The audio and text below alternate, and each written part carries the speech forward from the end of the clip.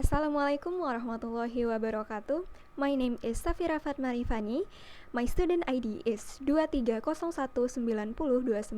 I am from NK1 2023, and in this video I would like to present my persuasive speech about attitude and values blindness in older generations versus Gen Z in workplace. Thank you.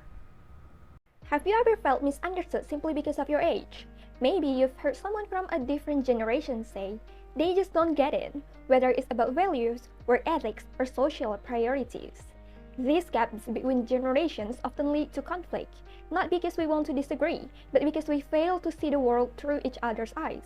This phenomenon is known as value and attitude blindness. Value blindness is when we don't recognize or respect someone else's priorities.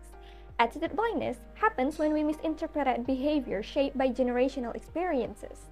Both are common in today's workplace and society, especially between two prominent groups, which is older millennials that are born between 1981 and 1996, and Gen Z, born after 1997.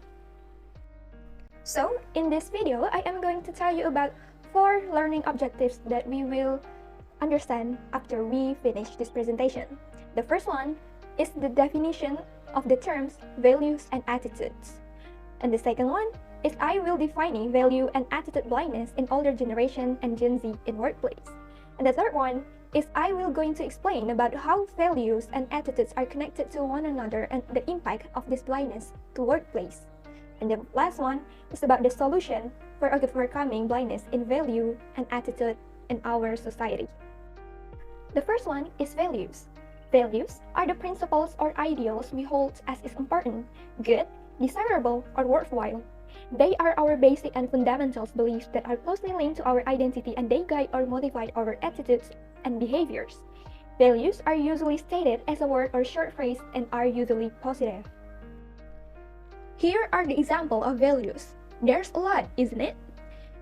The first one, we can see acceptance or belonging, or we can see loyalty or trust, or we can see the values of simplicity in our life, or we can see the responsibility within one person, and then we can see the kindness, individuality, generosity, nurturing, leadership, and many more.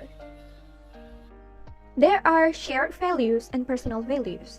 Shared values refer to the principles, beliefs, or standards that are commonly held and upheld by a group, organizations, community, or society. In organizations, shared values help align employees with the mission and vision of the company, while in a broader society, shared values contribute to social harmony and collective well-being. It's different with personal values. Personal values are those that shape and influence our own lives, and they might sometimes challenge dominant cultural or societal values or attitudes.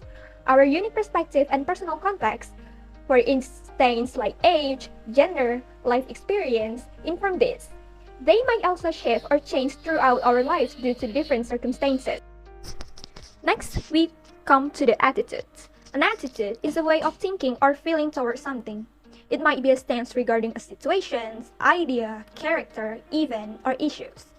Our attitudes are shaped by our values. Attitudes can be expressed through our thoughts, actions, and behaviors. There are a lot of examples of attitudes as I shown in this table. We can see that there is authoritative attitude, reckless attitude, rebellious attitude, courageous, self-righteous, supportive, accepting, optimistic, and many more. Same as the values, attitudes are differentiated into shared and personal attitude. Shared attitude is the same way that values can be personal, social, or cultural. Our attitudes may not always be exclusive to us, but can be shared by others or associated by particular groups. We can refer to attitudes as dominant if they are naturalized within a particular culture or society. Meanwhile, personal attitude is a set of beliefs, feelings, or ways of thinking that shape how a person reacts to different situations or interacts with others. It involves both the mental outlook and emotional responses that someone holds. Attitudes can be positive, negative, neutral, and are often influenced by a person's experiences, values, culture, and environment. And then we move into different topic about blindness and values and attitude. How to differentiate them? Value blindness occurs when someone fails to recognize or respect another person's values or priorities. For example, an older millennial might prioritize job security because they were shaped by the economic struggles of the 2008 financial crisis. They value stability in their careers and prefer to follow traditional professional paths. And attitude blindness happens when someone misinterprets another generation's behavior because of differing social norms. For instance, Gen Z, influenced by social media and growing up during Hayden's climate activism, places a higher emphasis on flexibility, work-life balance, and social justice. What millennials might see as entitlement or lack of loyalty is often Gen Z expressing their value for adaptability and meaningful work. How did that happen? How is there a different values and attitude beliefs in millennials and Gen Z? In millennials, it happened because millennials experienced the economic crash of 2007 until 2008, which led to job losses and underemployment, influencing their desire for stability. According to a report from Pew Research, more than half of millennials prioritize job security when choosing careers. Meanwhile, in Gen Z, exposure to global social movement and technology is significant. A Deloitte study in 2022 found that 77% of Gen Z values flexibility and work-life balance, compared to only 59% of older millennials.